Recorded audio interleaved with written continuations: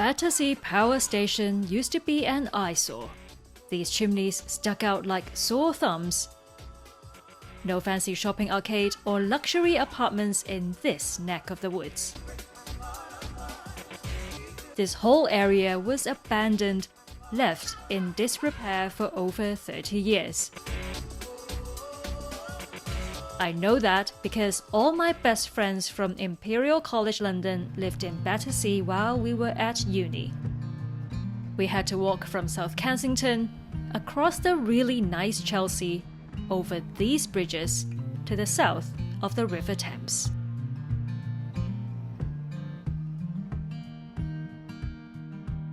Now that Battersea has a new tube station and redeveloped into an upscale neighbourhood, I can only imagine what it'd be like to hang out with my scientist or medic friends here.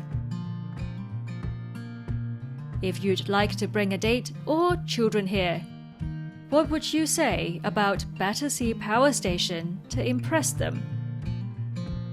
Here's the lay of the land.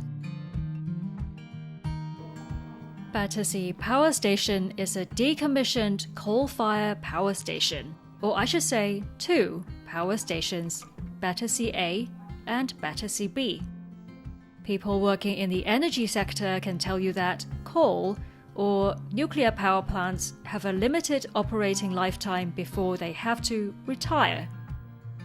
In this case, when Battersea A was decommissioned in 1975 and Battersea B in 1983, there were talks about changing it into a theme park with 200 rides.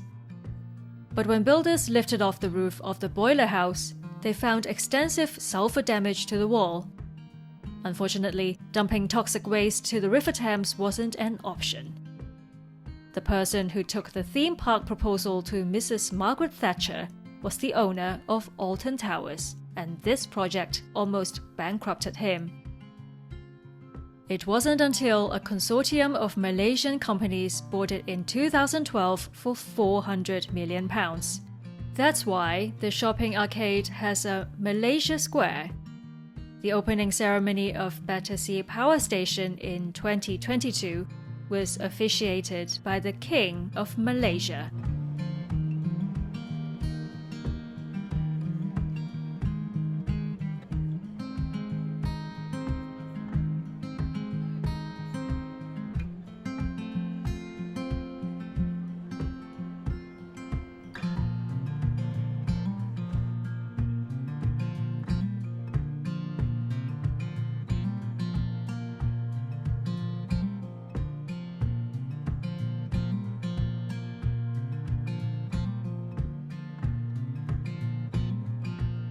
The shopping arcade is a bit like an outlet mall.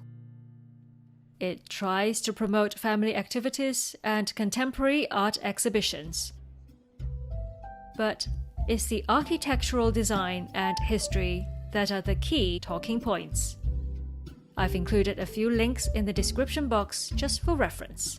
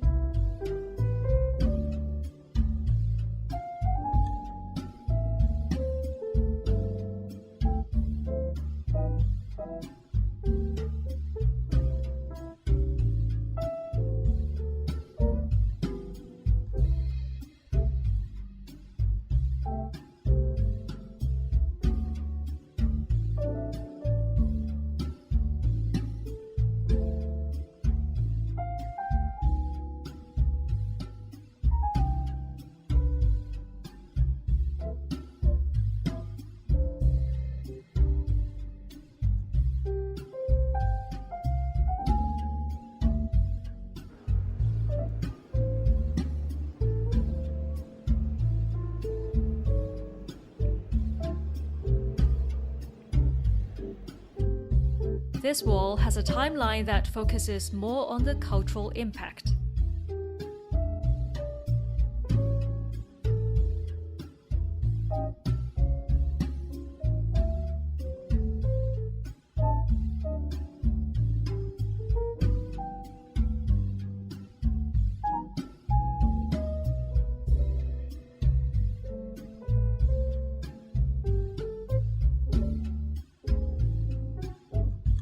I'm surprised that it mentioned the cover art of Pink Floyd's 1977 album Animals, but not other pop culture references, like his appearance in the 1965 Beatles film Help. Bear Grylls has abseiled down the structure Sir Elton John performed beneath the chimneys. Another romantic gesture would be to go up on lift 109. It'll take you to the top of the northwest chimney, but 109 doesn't mean 109 stories high. It meant 109 meters above ground. It's like finding out Taipei 101 doesn't have 101 floors. Anyway, if you missed out on any interesting factoids about the architectural decor we see earlier, you may find more pretty pictures here.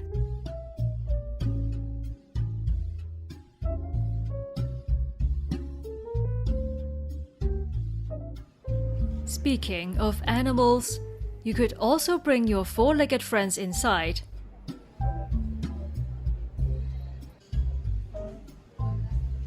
Just be mindful that cafes and restaurants here are seriously overpriced.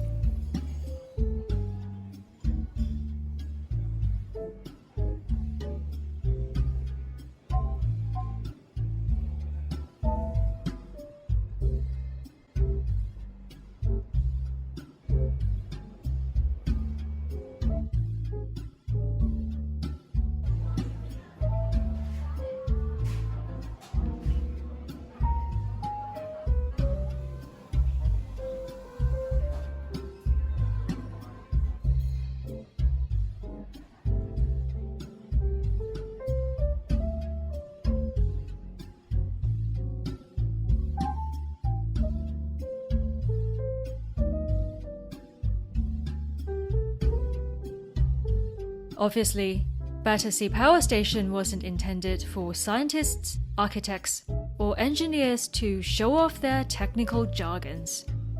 It's really tailor-made for Instagram, the restaurants, the art gallery, the Banksy, the Andy Warhol. In my Lisbon food vlogging video, I mentioned the Michelin-starred Portuguese chef Henrique Sapsua. His first London restaurant is now opened at Art Hotel next door. Actually, you don't need a date, children, or pets to find something interesting to see. Around the shopping mall, you'll see these futuristic buildings designed by renowned architects like Frank Gehry and Foster & Partners.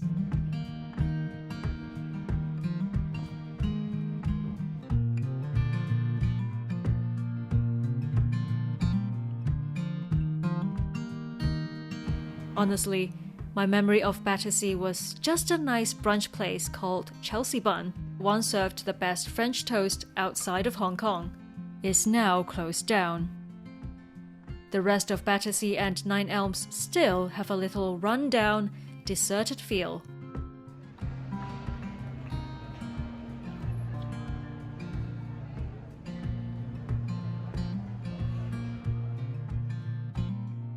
A nice stroll around Battersea Park and along Prince of Wales Drive, where these Victorian mansions are, would be a high note to end this day out.